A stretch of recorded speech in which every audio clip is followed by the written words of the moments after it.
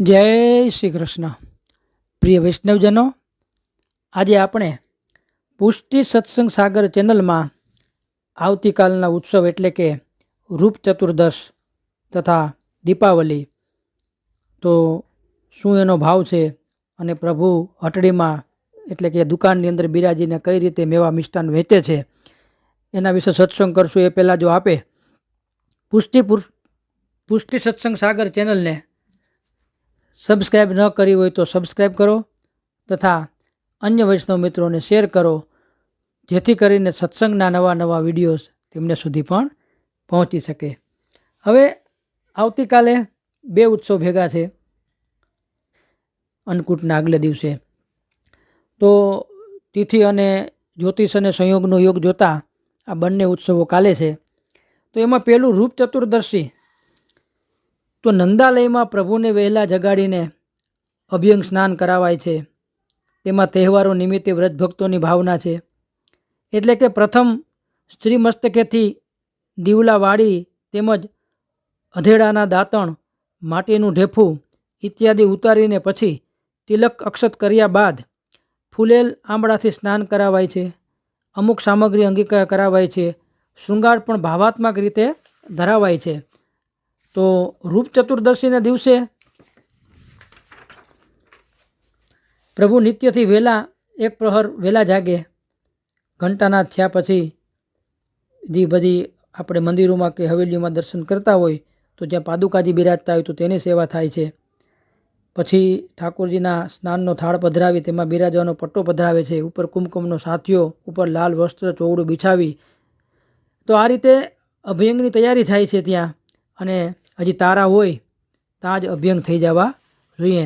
રાજભોગમાં વિવિધ પ્રકારની સામગ્રી એની અંદર ધરવામાં આવે છે.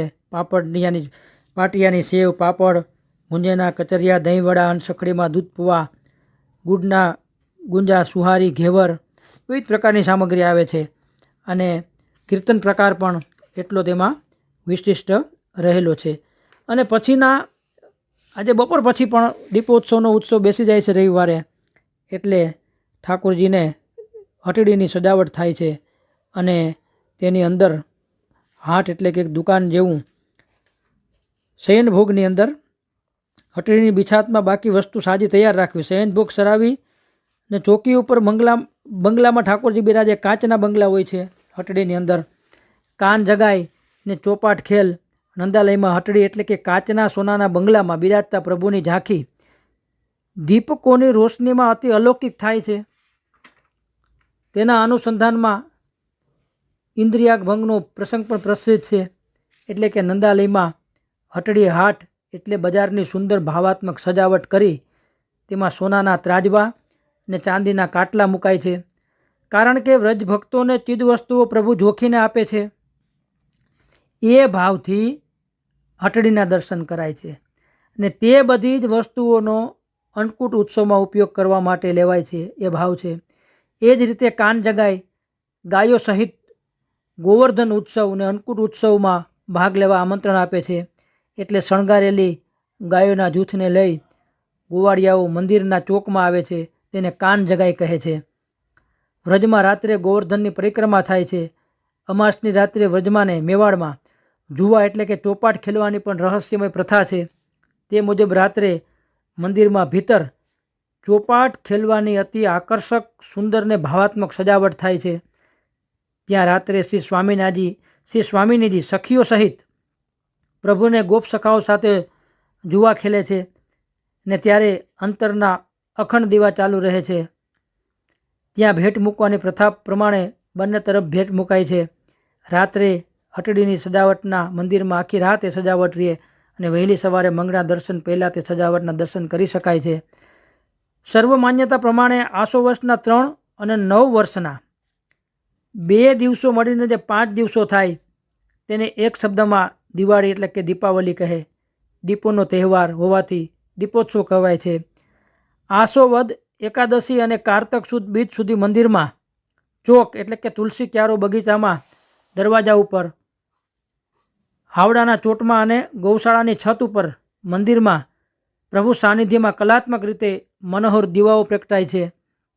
વર્ષનો છેલ્લો દિવસ હોવાથી રાણી યશોદાજી પ્રભુને વહેલા જગાડી સુગંધિત સુંદર અત્તર ફૂલેલથી અભ્યંગ સ્નાન કરાવીને શૃંગાર ધરાવે છે ને સામગ્રી અંગીકાર કરાવે છે. પ્રભુ ખીરકમાં પધારી ગાયોને શણગારે અને ખેલાવે છે. એ સુંદર સજાવટને પ્રભુના શૃંગારને અને લીલાઓની અપૂર્વ ઝાંખી કરી અષ્ટસખાઓએ કીર્તન રચીને રાગ રાગણીમાં વાજિંત્રના ધ્વનિ સાથે ગાયા છે, જેનો અલભ્ય લાભ આજના મંદિરોમાં ગવારતા કીર્તનો સાંભળતા આપણને મળી શકે છે. તો આ રીતે આપણા ઉત્સવ ક્રમમાં દીપાવલી એક એવો પર્વ છે,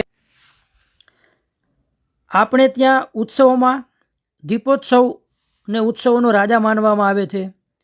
જેવી રીતે નવરાત્રિના સમયે આપણે માતા જગદંબાની ઉપાસના કરીએ છીએ, એવી જ રીતે દિવાળીના દિવસોમાં ભગવાન વિષ્ણુ એટલે કે આપણે તો પુષ્ટિ પુરુષોત્તમ પૂર્ણ પુરુષોત્તમ પ્રભુ શ્રી ગોવર્ધન ધરણ એની આ ભક્તિભાવથી ઉજવણી કરવાની છે. અજ્ઞાનના અંધારાને દૂર કરી જ્ઞાનનો પ્રકાશ પ્રસરાવતું પર્વ એટલે કે દિવાળી. આ દિવાળીની અંદર આવતો જે રૂપ ચતુર્દશીના દિવસે ભૌમાસુરના ત્રાસથી 16,100 કન્યાઓને ભગવાન શ્રી કૃષ્ણે મુક્ત કરાવીને એમનો મહારાણી તરીકે સ્વીકાર કર્યો. વિદ્વાનો માને છે કે એ સમયે આ કાળી ચૌદશ હતી. કાળી ચૌદશને યમ ચતુર્દશી પણ કહેવામાં આવે છે. આ દિવસે યમ દીપદાનનું મહત્ત્વ છે. તેલનો દીવો કરી ઘરની બહાર મૂકવાથી અથવા તો ઘરમાં પધરાવવાથી પિતૃઓનો મોક્ષ થાય છે, એવું ધર્મસિંધુ નામના ગ્રંથમાં વર્ણવા મળે છે. દિવાળીના દિવસે દીપ પ્રગટાવવાનું મહત્ત્વ છે. ભગવાન શ્રી રામજી રાવણ ઉપર વિજય મેળવીને આવ્યા તે સમયે અયોધ્યાના પ્રજાજનોએ સત દીવડા પ્રગટ કર્યા. આપણી અંદર રહેલી આસુરી સંપદાનો નાશ કરી દેવી ગુણોને કેળવવા એ જ દિવાળીના દિવસે મસાલ પ્રગટાવવાનું મહત્ત્વ છે. મસાલ પિતૃઓને વૈકુંઠ પહોંચાડવાવાળી છે. તો આ રીતે દીપોત્સવની અંદર આપણે સંસ્કૃતિમાં એક ભાગરૂપે ઉજવવામાં આવે છે, કારણ કે વિરાસતમાં દીપોત્સવ પર્વનું અનુકૂળ સ્થાન છે આપણી સંસ્કૃતિના. મહાકવિ કાલિદાસે કહ્યું છે કે મનુષ્યો ઉત્સવ પ્રિય હોય છે. તહેવારો અને લોકોત્સવમાં આપણા સાંસ્કૃતિક વારસાની ઝાંખી થાય છે. ઉત્સવો દ્વારા વ્યક્તિના આનંદ ઉલ્લાસનો આહલાદક પ્રમોદનો પરિચય થાય છે.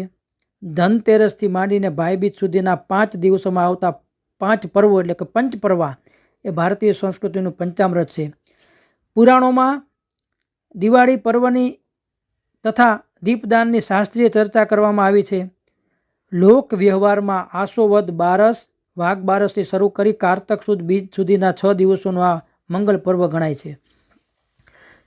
અને હટરીના કીર્તનનો ભાવ આપણે વિચારીએ તો દીપદાન દે હટરી બેઠે નવલ લાલ ગોવર્ધન ધારી.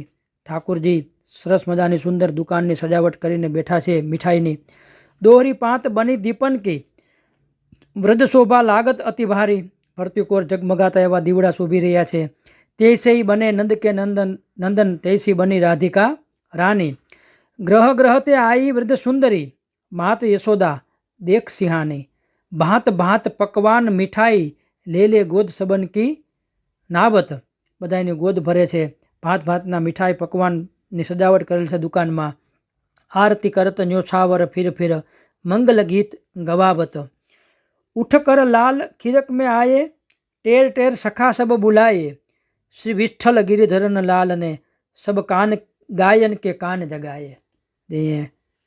કાન જગાયના પદમાં આવે ત્યાં પદ બોલવામાં આવે છે. તો આ રીતે સરસ મજાની હટરીના દર્શન પણ નાદ દ્વારા ક્યાંય પણ હવેલીમાં આપણે કરી શકીએ છીએ. તો આ રૂપ ચતુર્દશી તથા દીપોત્સવી એટલે કે દીપાવલી ઉત્સવની આ બધા વૈષ્ણવને ખૂબ ખૂબ બધાઈ. શ્રી વલ્લભાધીશ કી જય.